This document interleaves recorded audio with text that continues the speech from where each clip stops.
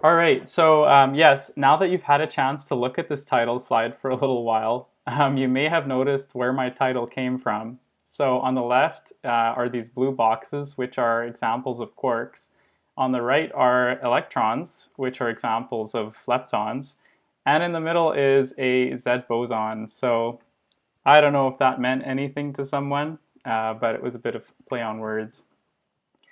And my subtitle is Particle Physics at the High Energy Frontier. And so we're going to be talking about the Large Hadron Collider. We're going to be talking about where physics is currently at in terms of explaining the smallest things in the universe.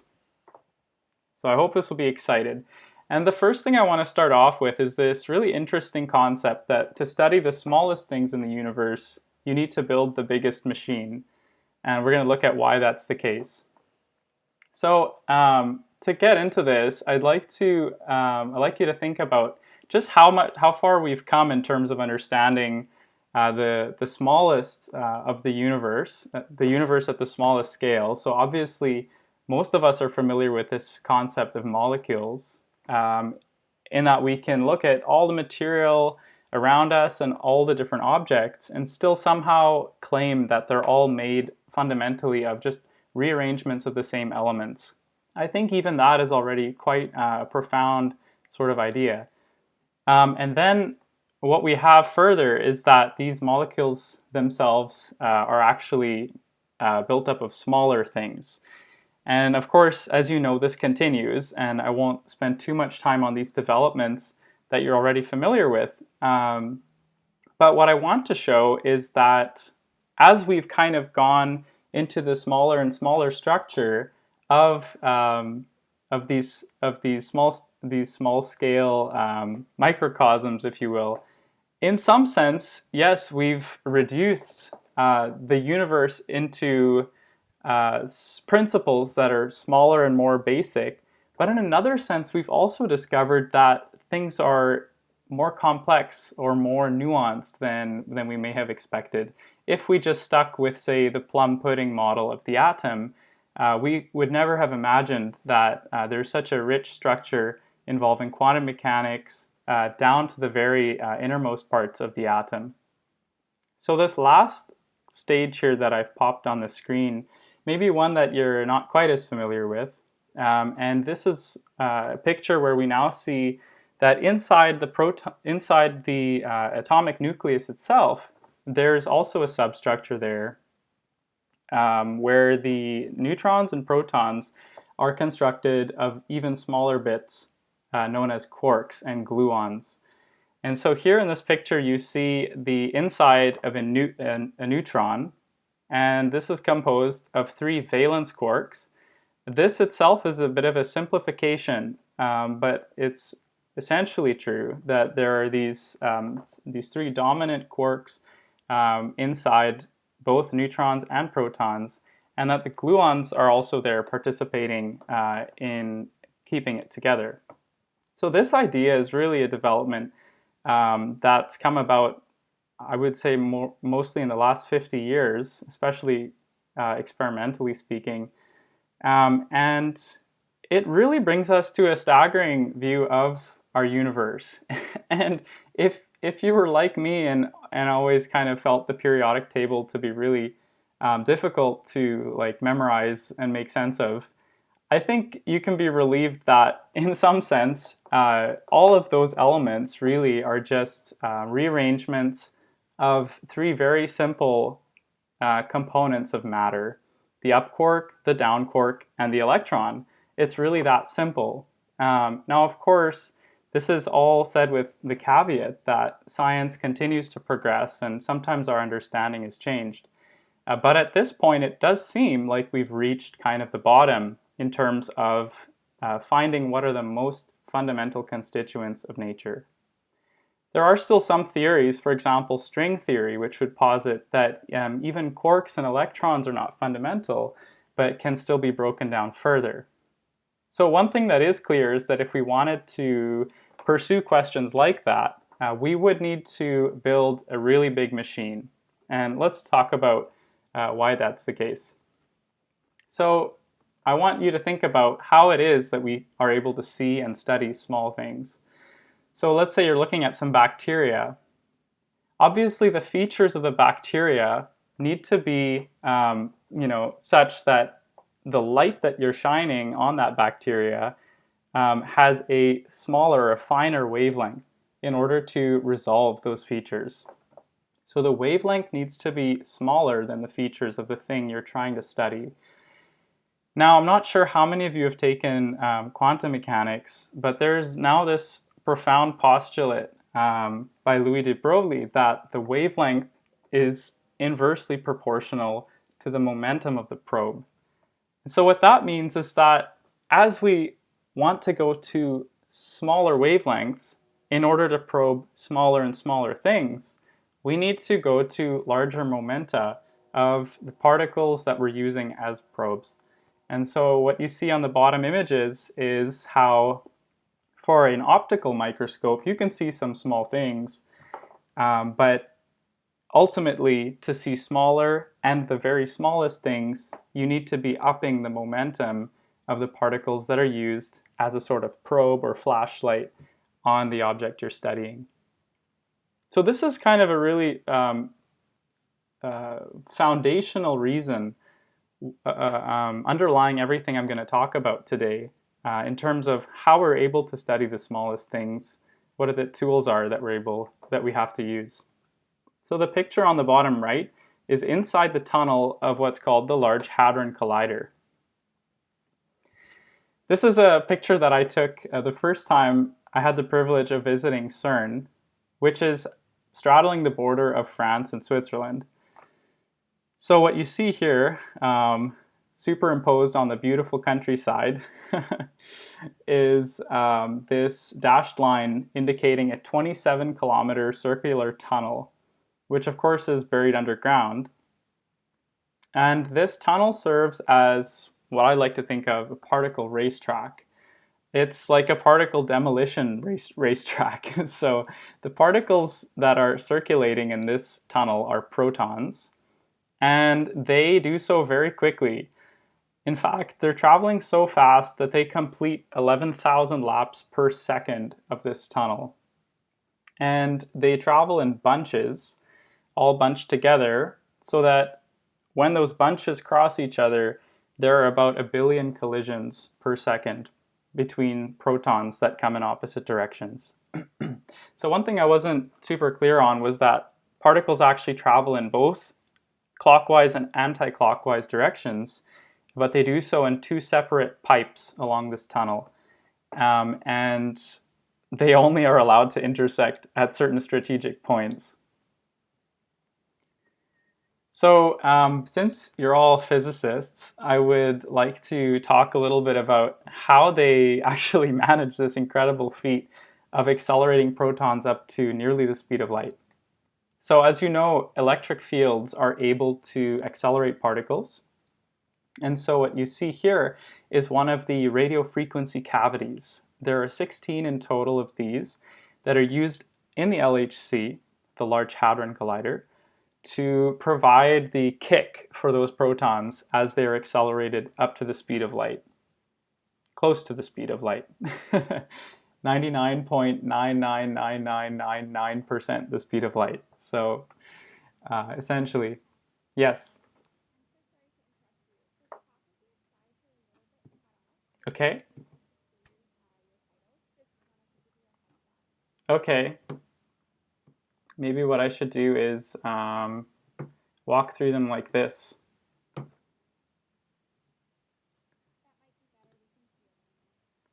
Okay, let's get rid of this. All right.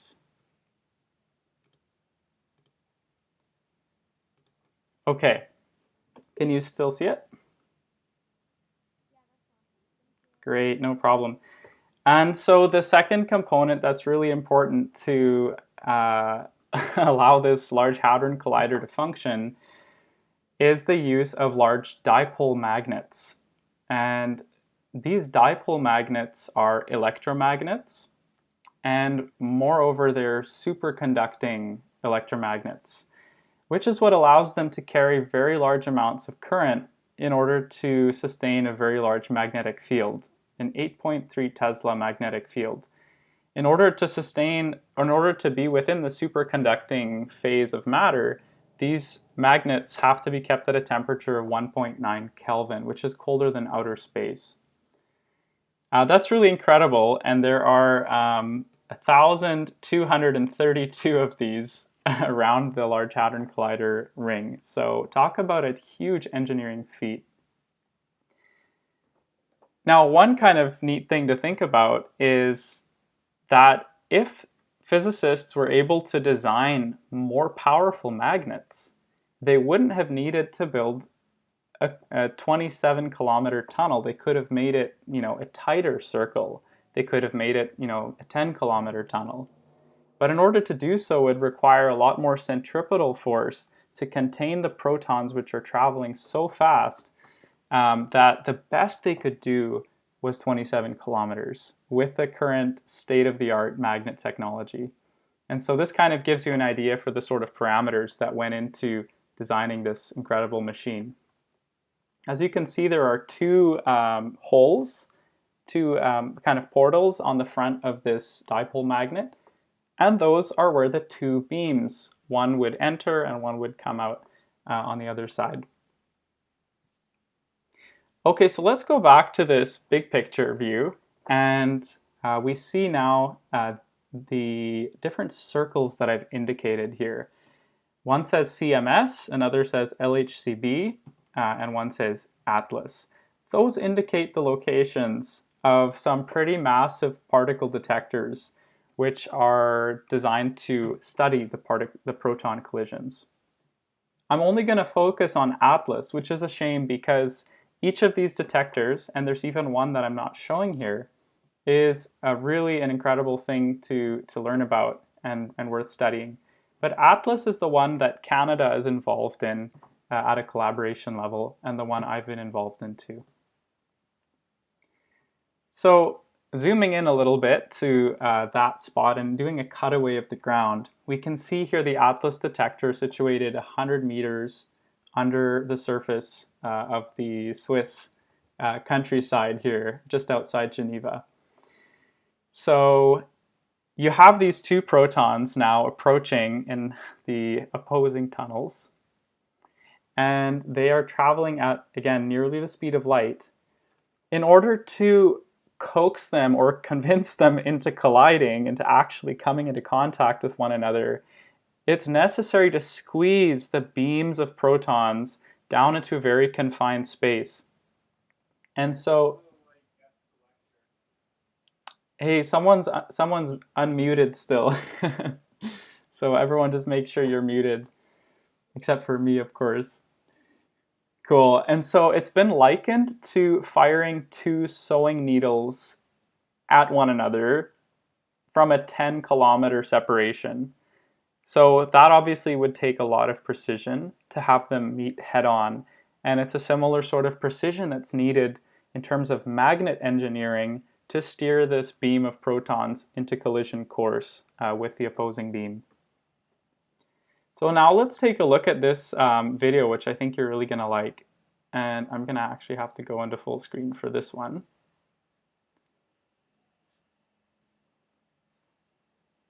So here we see a proton, actually two protons now, starting to make their way through the pre-accelerators, which are designed to get them up to speed as they enter the Large Hadron Collider complex. As they're going round and round, they're continuing to gain energy, and it's in this full ring that they approach the energy that's needed for these collisions. So this is what the tunnel looks like on the inside, 100 meters underground. And now we're going to take a look inside the beam pipe where there's a vacuum environment, and you see the three quarks inside the proton there as it makes its way into the Atlas detector cavern.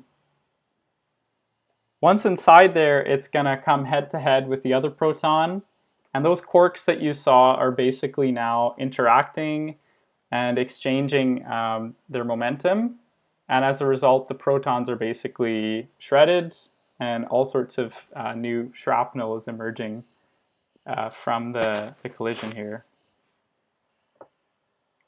So that's pretty incredible, and you can see here how the different parts of the detector are taking part in analyzing and putting together, really reconstructing what happened in this collision. My computer is really making a lot of noise right now. I wonder if it's the recording, but we'll see. It seems to be hanging in there. Yeah, technical challenges, hey? But yeah, so I hope that gives you a great idea of what I'm talking about here. And so let's take a look at the actual detector. So you can see here, it's really an incredibly large thing when you take the time to spot the person that I've put in this picture, who's standing here on the blue part. So this detector is designed with multiple layers of technologies, detector technologies, that are meant to be able to sense and reconstruct and measure the energy of everything which exits the collision. It's similar to a 100 megapixel camera, which is taking pictures at a rate of 100,000 per second. So obviously that's an incredible amount of data which will be generated by this Atlas detector during operations. And just to prove that I actually have seen the thing, there's a picture of me, but unfortunately I couldn't get much closer, and I myself haven't taken part in the physical construction or design of this thing. I've just reaped the benefit of the data that's been produced. So you might be kind of looking at all of this and asking yourself, what could possibly motivate such a huge amount of money to be spent, and so many people's careers and sleepless nights being put into a project of this size? And I think it would be challenging for you to understand without the context of the overarching theory and motivation that comes from particle physics. And so what we're going to talk about next is, in general, particles and how they interact according to how we currently understand particle physics. So I want to show you this diagram because since you're studying physics, you may actually be familiar with some of these equations, but if you're not, don't worry too much about it. I think what's cool here is that you see 4 different sectors, let's say, depending on whether the system you're studying is slow or fast versus small or big, right? So in classical mechanics, we learn how to study objects and systems which are quite slow and quite big. And by that I mean they're not the size of atoms, and they're not as fast as like those protons that I was just talking about. So for this, you might use something like the Euler-Lagrange equation, and that's going to get you most of the equations of motion for these kind of systems. But some of you may already know that once we come to study really small things like atoms, those equations break down in terms of describing the kind of equations of motion that you need to describe, say, electron orbitals. In fact, the whole framework of thinking changes to one of talking about probabilities and thinking about particles in terms of waves, right? And so what I would put here is the Schrodinger equation as maybe the hallmark of this side of the 4 square. Again, some of you may have studied special relativity, and so here, now we come to a situation where we're studying, we're no longer studying atoms at this point, we're studying things like rocket ships, like Einstein, would think about, or light beams. So things that are moving really fast, but are not necessarily small like atoms. And so there you have different fundamental relationships and invariant quantities telling us that space and time are intimately connected, and the same is true for energy and momentum, and that there are these important principles that need to be obeyed by any physical system, in particular what's called Lorentz invariance. And so now we come to the final square here, which is the realm of particle physics. Here we're dealing with things which are not only fast, but they are very small. In fact, as small as we can imagine. Smaller, even than some of the systems we would study in quantum mechanics. So here there is a sort of merging of the ideas of quantum mechanics and special relativity, which gives birth to kind of a whole new construct known as quantum field theory. And quantum field theory is really the most successful theory which on a very broad level is able to describe the universe. Of course, it kind of evolves into these different areas of application, but this is kind of the avenue in which physicists like to speak about, a potential theory of everything. So they're very impressed with this construct of quantum field theory. Only time will tell if we can do something like that. Anyways, so using that language of quantum field theory, physicists have over the last, I would say, century, or probably since the 50s, probably, really been moving towards a single equation that would describe all the particles that we're aware of in terms of mathematics. And this equation, as incredible as it is and how successful it's been, has the very unassuming name of the Standard Model. So the Standard Model attempts to describe all particles in the universe and all of the forces that they can interact through, except for one, and we're going to touch on that as well. It's actually this equation that I have on my shirt today, so as you can tell, it's a pretty popular equation. There's also a table that we're going to talk about, and this table is sort of a way in which to understand the consequence or the results of the equation. And the reason why we're not going to spend a whole lot of time on the equation is because it's actually pretty complicated when you expand it all out. And this is only, one way in which to do so. Each one of the terms here is representing some sort of a particle interaction. And there's just a whole host of different particles taking part in this. But if you're interested in kind of walking through this mega equation here, there's actually a pretty great overview on Symmetry magazine. Okay, so let's just focus on the table for now. And you'll already be able to see a lot of those mathematical symmetries kind of ingrained into these different particles. So the first thing I want to point out is that there are two broad categories here. And again, if you've done quantum mechanics, you'll be familiar with a quantity known as spin, which is introduced on the quantum level. And whether a particle has a half-integer spin or an integer spin will determine whether it's a fermion or a boson. And so the important thing to note about all the particles on the left-hand side here is that they all have a spin of 1/2. And the particles on the right-hand side have an integer spin. The gauge bosons, a spin of 1, and the Higgs boson, a spin of 0. You see it's unique in being the only scalar particle, that is spin 0 particle.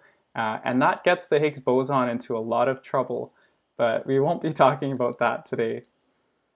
Anyways, so coming out of the fermions, you see the red and blue. The red particles are a family known as leptons, and you see there are 6 so-called flavors. Similarly, there are 6 flavors of quarks. So this is probably all a lot to take in right now. And so I'm going to take a step back and just focus on the first column. This is known as the first matter generation. And it has the familiar face of the electron here in red at the top. And those up and down quarks that I introduced at the beginning, such that the first matter generation actually contains all the matter content of the universe as far as ordinary atoms and molecules are concerned. And so, This is pretty important, obviously. This is an important column of this table. There's also an additional particle here, the neutrino, which is beneath the electron. And I like to think of this as kind of a friend of the electron. And it's a friend to the electron in the same way that the down quark is a friend to the up quark. There's a mathematical symmetry relationship there. And you may never have heard of these neutrinos, but unbeknownst to you, they're actually incredibly proliferous in the universe. And I believe, if I'm not mistaken, they're thought to be the second most common particle in the universe, second only to photons. So whether you know it or not, these neutrinos are being produced in great abundance in the sun, where they're produced in nuclear interactions. And there are I think there are more than 100 billion traveling through your fingernail per second, day and night. And this is because neutrinos essentially don't interact with anything. They don't interact with your fingernail, and they don't even interact as they pass through the entirety of the Earth at night to continue penetrating your fingernail, which is kind of weird, but also pretty cool. So that's the first matter generation. Now we come to the second and third matter generations. These ones, very simply speaking, are copies of the first matter generation particles. They also have a mass, like they weigh something, these particles, and they actually weigh more than the first generation. For example, the muon in this top box here weighs about 200 times that of the electron. But the reason I put this this cartoon here with a gesture is because the fundamental reason for these two additional generations of matter is unknown. They do take part in very fleeting interactions with the first generation of particles, but otherwise they don't seem to play an essential role in any of the they don't seem to play an essential role in ordinary matter. They don't contribute to the stability of atoms, and they have all such a short lifetime that they never really stick around to do anything useful, if that's how you'd put it. So this is really strange. Why are these particles here? And that, I would say, is still an open question. Perhaps they're just there, or perhaps there's some expanded mathematics that is able to explain their presence. So pretty cool. Let's move on to this part here, which is the 4 gauge bosons, or if you like, force-carrying bosons. These are different from the red particles and the blue particles that I talked about. So those were the leptons and the quarks. These ones are not matter particles. They're more intuitively related to the fundamental forces of the universe. And in particular, there are 3 fundamental forces represented here. The first, represented by the photon, is the electromagnetic force. This is probably the one we're most familiar with, well, besides gravity, except that gravity isn't here, and that's another problem. But there are also 2 other forces here, which are more subtle and enter on the nuclear scale of things. The weak nuclear force, which is mediated through 3 different particles. I know it looks like there's only 2 here, but the W has a plus and a minus. So there are three separate states, and those together constitute and mediate the weak nuclear force. Thirdly, there is the strong nuclear force, which is mediated by the gluon. And there are actually 8 different gluons, but in some sense, we just put one of them in the table. And again, these numbers are closely related to, or not closely related, they're directly generated by the underlying mathematics. And yeah, I'm not able to go further into that. But what I want to assure you of is that this tabular form It exhibits the symmetries and the properties of an underlying mathematics, which is quite dense and probably not even something I can really fully bring to you. So yeah, anyways, so let's move on to how these force particles or force fields, quantum fields, interface with the matter particles. So here we see an example of a Feynman diagram. So I don't know if you've seen these before, but you can think of them quite simply as being a relationship between particles in space and time. So here we start off with two electrons at a certain time, and they're separated by some space. And in time, they come to be in closer proximity, and in some time interval, they are speaking to each other or interfacing through a photon. Sometimes we say they exchange a photon, but ultimately this is all just a visual aid to something that's quite abstract and mathematical. But you can imagine two electrons approaching one another, being repelled, and leaving again, and this is essentially what this diagram represents. The electrons come in with certain momenta, P1 and P2, and they're able to exchange a component of that momenta, rearranging it among themselves while still preserving energy momentum conservation, still respecting those rules. They're able to use the photon or the electromagnetic interaction as a way in which to interact and to change their direction or go flying off a different way.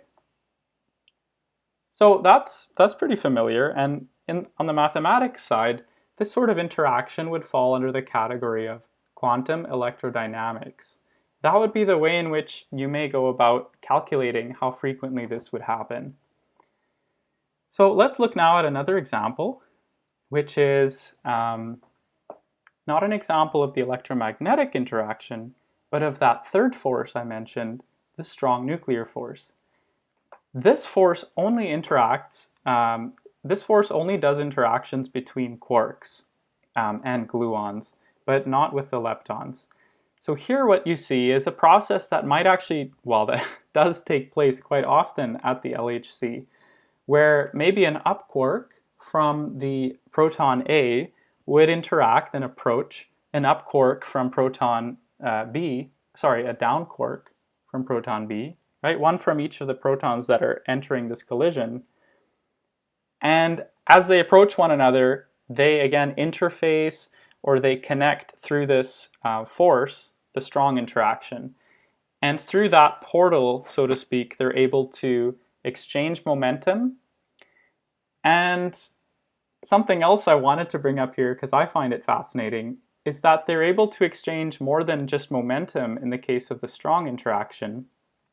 They're able to exchange this kind of eerie or mysterious quantity known as color charge. So I definitely can't get into the details of this, but what's really interesting is that there are properties that emerge for particles on this very small scale that we're able to describe mathematically, but not really able to conceptualize or find an intuition for, except in like analogies like color. So as physicists were studying the way in which quarks interact, they found a nice analogy in the thing we all know as color. So they said that just like these quarks can exchange momentum, they can also exchange color through this strong interaction. And so if this up quark is coming with a color of red, it's got to send that red down, down the pipeline, so to speak, in order to give it to the other quark, which then exits as a red-colored down quark. But in doing so, if it wants to change color to green, it also needs to push away an anti-green component to the other part, in which case that basically absorbs or cancels the incoming green here. So there's this weird sort of bookkeeping for color that goes on as well.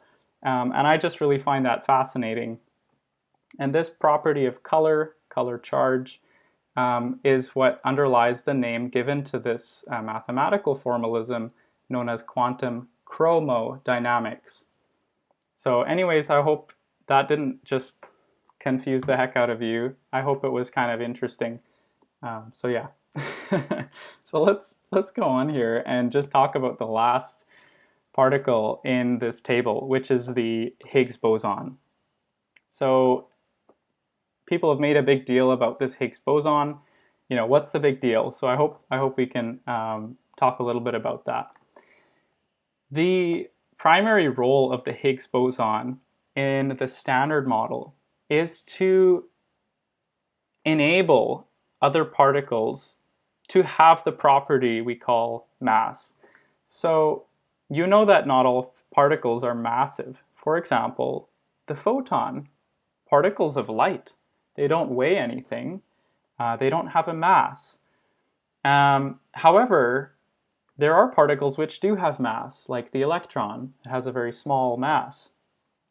It turns out that in the mathematical formalism of these quantum fields, which give rise to the particles, there are symmetries there which actually would indicate that all the particles should have no mass, that they should all be like the photon, and there shouldn't be any possibility for them to have a mass. And obviously, as physicists were building this standard model, they realized, well, that doesn't fit with the facts. We know that electrons have mass. We've measured that. And so they introduced, really just like pulled out of a hat, this Higgs field as a way, and it's very subtle, but a way in which to allow the mathematics to pivot, what we call symmetry breaking, and thereby enable particles to have mass. I unfortunately can't go into the details of that, but basically what you can think about is this Higgs boson is the explanation for why particles can have a mass instead of just being massless. And when you think about that, it's pretty crazy that we even have access to questions like, why can particles have mass?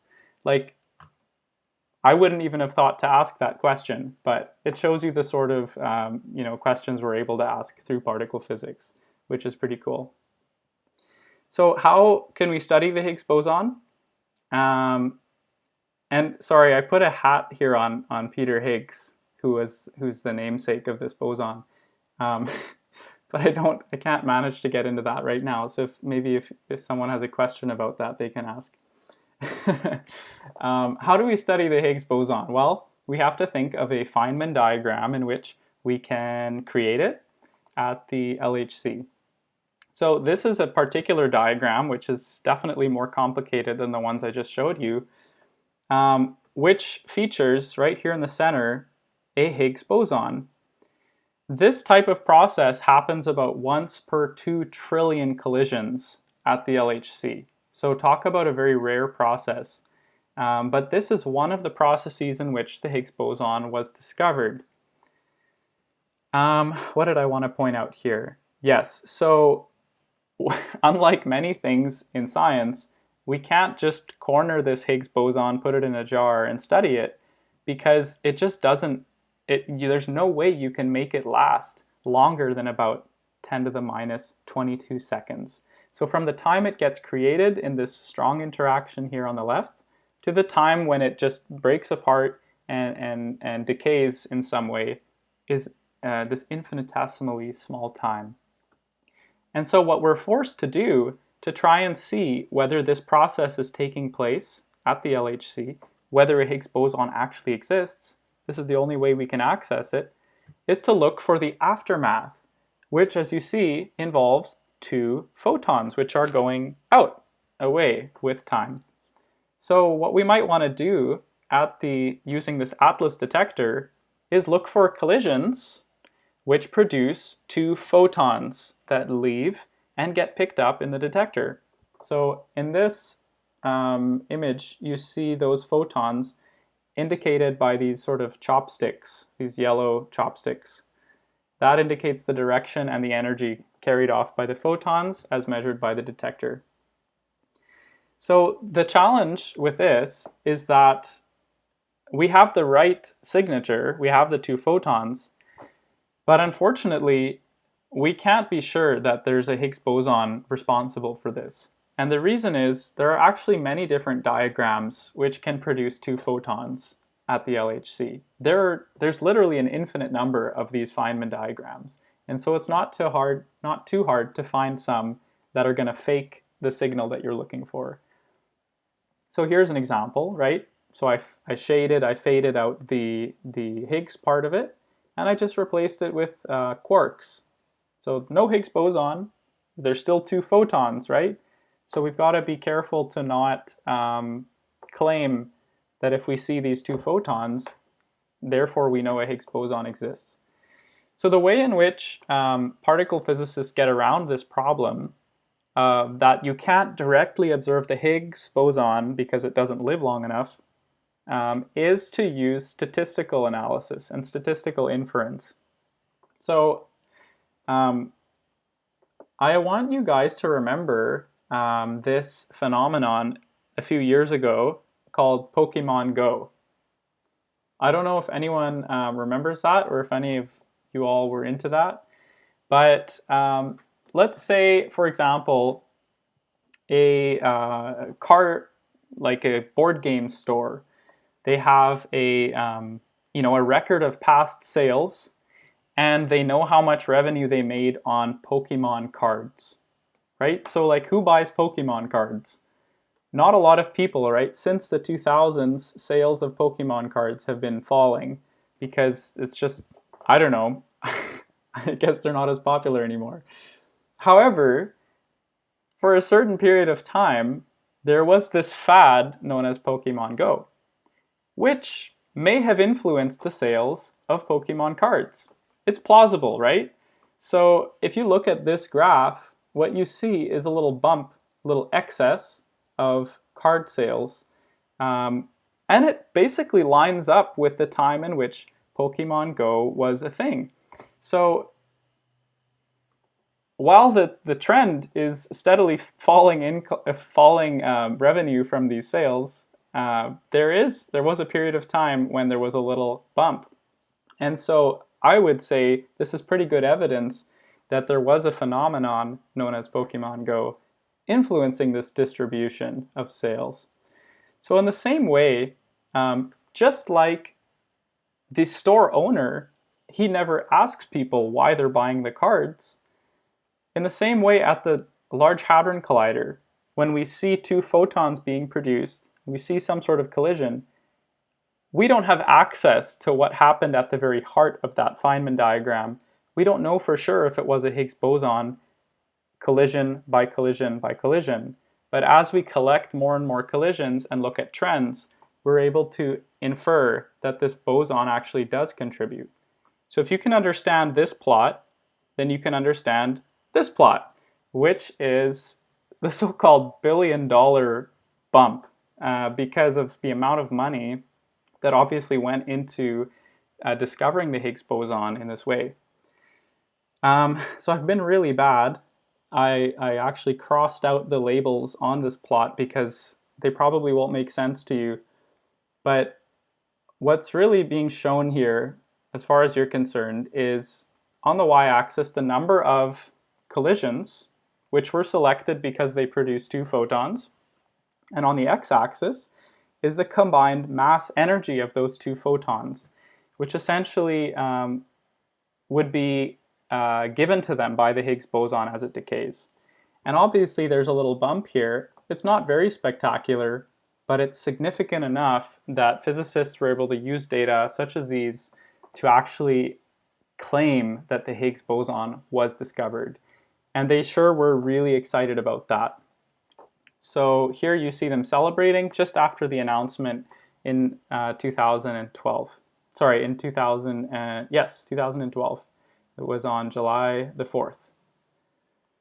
So this is really incredible that a particle which was predicted to exist back in the 1960s could jointly motivate the construction of a multi-billion-dollar collider and be discovered quite promptly after that collider started.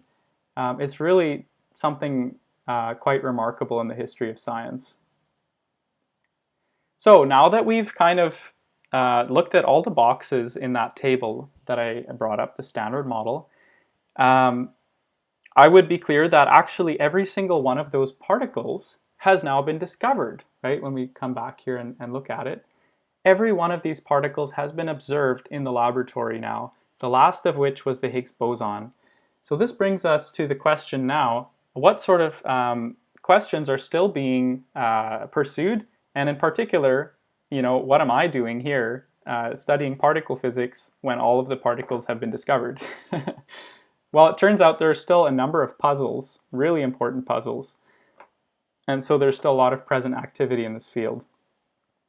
So the one I want to mention here is the puzzle of the hierarchy of the fundamental forces. This is the observation that the four forces that we know of, the strong, electromagnetic, weak, and the force of gravity, have very drastically different strengths associated with them. And it just feels really random. Typically, physicists look at a situation like this and would guess that there's probably some sort of a reason for why they have these different strengths. For example, if we think of the strong force as having a strength of 1, the electromagnetic is several, 100 times, 200 times smaller. The weak force has even more zeros. And gravity, I mean, look at all those zeros, right? So gravity is very weak, very, very weak compared to these other forces. And it just seems very ad hoc. Another issue here is that gravity, I put it in magenta here, because gravity isn't actually described in the standard model of particle physics. Physicists haven't figured out how to mathematically make it fit yet. And so that's really an open problem. I'm going to skip that slide. We're going to talk about dark matter. As we're talking about different outstanding problems in particle physics, dark matter is another really big one. So here you see a picture of some very distant galaxies. And as you see, there's a sort of circular structure here with the light that we see from these galaxies. It's like it's been lensed through some glass or some very distant cosmic see-through thing. And this is a real effect, and it's been observed multiple times, and it's one of the reasons for inferring the existence of a new type of matter called dark matter. And we don't really know what it is. There are multiple theories, but one of the prevalent theories is that it really constitutes an entirely new class of particles, or a new particle. And so obviously, we want to see if we can create it at the Large Hadron Collider and study it. There are different ways in which to try and address these different puzzles that I mentioned. One of them is really kind of funny. It's called supersymmetry, and I would say this is still very popular. However, it used to be much more popular. And it's a theory in which there's an additional mathematical symmetry imported into the standard model, which actually causes most of the particles to be doubled. So they have like a mirror image, which has some kind of inverse properties. And that's, yeah, it seems really excessive, but this is just an example of one, hypothetical solution, which is still out there to some extent, but it's not as popular anymore. So with all that said, I just want to take a small moment and talk about some of the research that I've done. And so in my research, I was quite motivated to work on some of the outstanding problems in particle physics. And the way in which I did that was to help in a data analysis project in which we looked at other things too, but we looked at collisions that produced two muons. So remember, the muon was kind of like the heavier electron. And you see two blue lines emanating from this collision in the Atlas detector. So these kind of collisions, just like the ones that produce two photons for the Higgs boson, these ones too have an important story to tell potentially about new particles that may exist that we don't know about yet.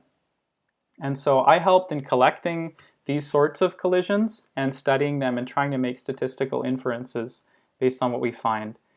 So kind of a very heuristic motivation for this is to look at what's happened in the past. This is that same sort of diagram I showed you earlier with the bumps, except these bumps are really big because these are particles which, unlike the Higgs boson, are much easier to find, and they've been known for many decades. And so, but when they were discovered, they, of course, they were new at some point, and they basically corresponded to Nobel Prizes. This is the J psi, which is actually a particle state, but that was awarded a Nobel Prize. And then the Z boson, when that was discovered, also awarded a Nobel Prize. And so one might think, well, where does this where does this end? Where do the data points end? And really, it's just limited by how much data we have. And so as you see here, I've kind of extrapolated the dots. And there are many theories which predict that there are additional bumps and peaks which show up as we gather masses and masses of data with these high energy collisions.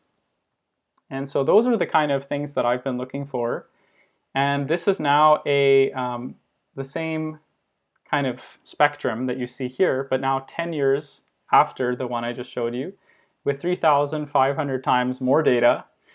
And so the other bumps are occurring to the left of this plot, so you don't see them. But this is a plot that I helped work on where we're looking for these bumps. And I don't know about you, but I don't see any bumps except for these templates that we put here to show what we kind of are looking for. So we didn't find this new particle that we were looking for, that I helped analyze the data for, but we did publish this paper down here, and so these are the kind of activities that I've been involved in. And so finally, just as I finish here, I think it's basically been an hour, I just want to mention that this Large Hadron Collider is currently shut down, and it will turn on again, and there will be new data for, hopefully I will continue working on that. That's my plan. But hopefully it will start running again in 2022. And there's a long future here, actually extending into the 30s, the 2030s, for when this huge machine is going to be helping us to look deeper and deeper into the fundamental properties of our universe, and hopefully finding new particles. Okay, I'm done.